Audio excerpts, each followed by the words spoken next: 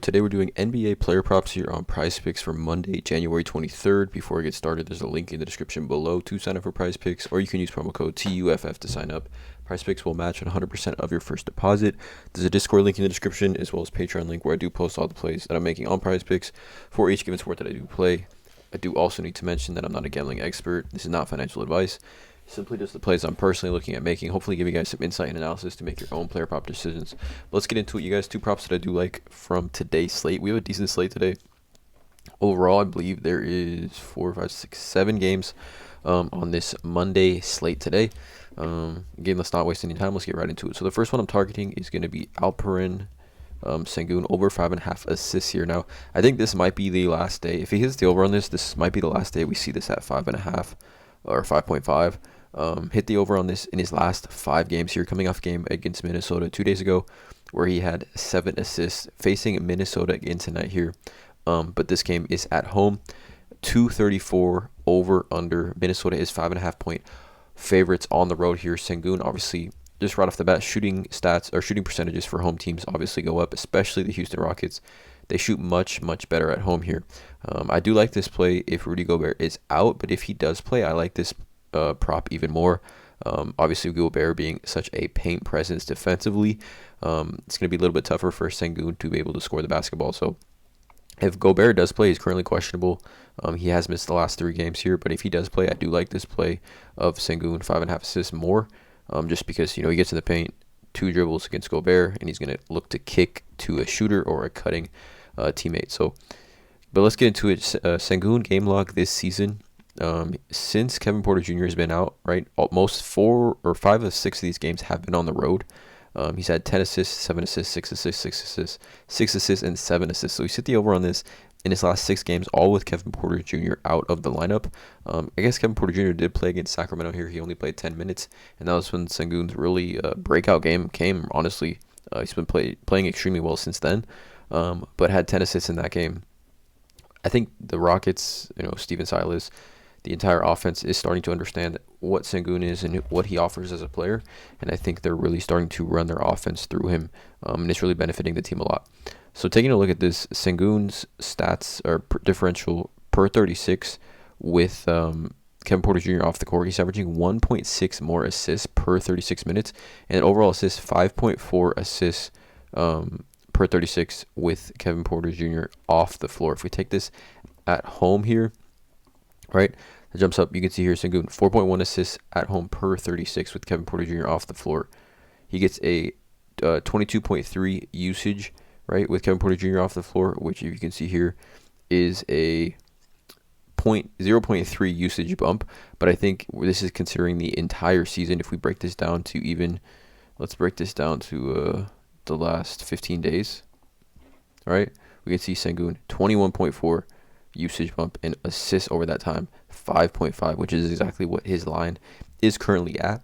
If we take a look at this, Sengun over the last 6 games, 11 potential assists, converting 7 of those. So a lot of his assists are opportunities for like real baskets. They're not just like, I guess any player's potential assist is an opportunity for a real basket, but converting 7 of 11 is a great conversion percentage in my opinion, for a center who is looking to play make. If we look at FanDuel last 7 days assist to centers, we can see here Minnesota Timberwolves averaging 8.88 assists to centers, which is the most in the NBA over the last 7. Last 15, Minnesota the most in the NBA at 5.94. Even last 30, we can see here Minnesota second in the NBA over the last 30 days at 4.69. And then even on the season, we can see here Minnesota the most assists to centers in the NBA, 4.68. Now, I'm not sure if that's Gobert or, just the pace that Minnesota does play at. But you can see here, centers against Minnesota, this is just recently. Look at these games just recently. Jokic had 13 assists and 9 assists, right?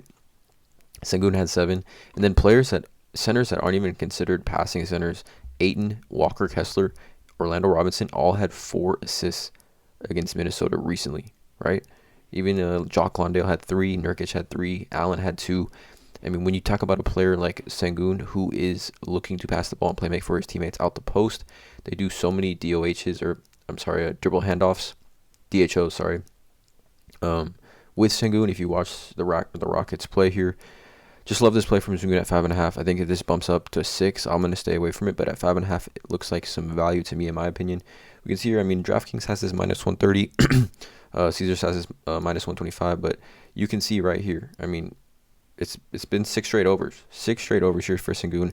Great matchup at home with, Minnesota plays at the top 10 pace in the NBA. Rockets as well. Pace up matchup for him. Like Sengun here over 5.5 assists. The other play I'm targeting is going to be Jason Tatum. Jason Tatum over 13.5 rebounds plus assists here. Now, there is no Malcolm Brogdon or Marcus Smart for this game. No, and Robert Williams questionable as well, right? He's questionable. So looking like he may not play, probably more than likely not to sit out. But his questionable designation for the contest inspires hope that he'll avoid a long-term absence. Let's see. So he's appearing on the injury report Monday for lefty management. So when players usually get listed for like a injury management, most likely not going to play, but again, remains to be seen. But Brogdon and Smart being out is what I think benefits Tatum a little bit here. Now, I think personally he takes a little bit of a rebounding hit with these two guys being out, just because he plays more on the wing and more of a guard position. You can see here he slides from power forward to small forward with those two guys at the lineup. But let's take a look at a few things. So this season, Jason Tatum's rebound plus assist game log without Marcus Smart and Malcolm Brogdon, he's hit the over on this 4 of 6 times, 14, 15, 15, and 17, right? Assists 8, 7, and 10, which is very, very intriguing in my opinion. So right here, he's missing without these guys here. And then if we take this just on the season, right? Game log this season, he's had a nice hit rate recently. 1, 2, 3, 4, 5, 6, 7 of his last 8 games, he's hit the over on this of 13.5. 7 of his last 8 has a 4 of 6 hit rate here without Marcus Smart and Malcolm Brogdon in the lineup. We can take a look at this over his last 5 games. 10.8 potential assists, converting 5.5 of those, and then also potential rebounding chances, 15.3 rebounding chances, converting 12 rebounds of those. Taking a look here at the matchup, you got Orlando. When he plays Orlando against small forwards over the last 30 days, the most assists in the NBA. Even power forwards here, Orlando, the 5th most assists in the NBA here. So Jason Tatum at 13.5 rebounds plus assists looks very intriguing to me. But I do also want to just give the 5 assists flat here as well as a play. Again, if you don't feel comfortable with the 13.5 rebounds plus assists, I think 5 assists flat here has some great push potential at bare minimum here. Sportsbooks have this assist prop, I believe, at 5.5 is what I saw. 5.5. So we do get that 0.5 push potential discount here on PrizePicks from 5.5 to 5. Just with the matchup as well. Again, small forwards, most assists to small forwards in the NBA, Orlando Magic, and then the 5th most assists to power forwards in the NBA. Great matchup here for Jason Tatum. Obviously, ball's going to be in his hands quite a bit with playmaking duties with those Brogdon and Smart being out. I would say, again, if you don't feel comfortable with this one, I like this one as well. Giving 3 total plays here. Pick and choose these Tatum plays, whichever one you feel safer. Sengun, 5.5 assists. Tatum, 13.5 rebounds plus assists. And Tatum over 5 assists. Let me know in the comments below you guys feel about these props. Drop a like, hit that subscribe button. And as always, let's cash.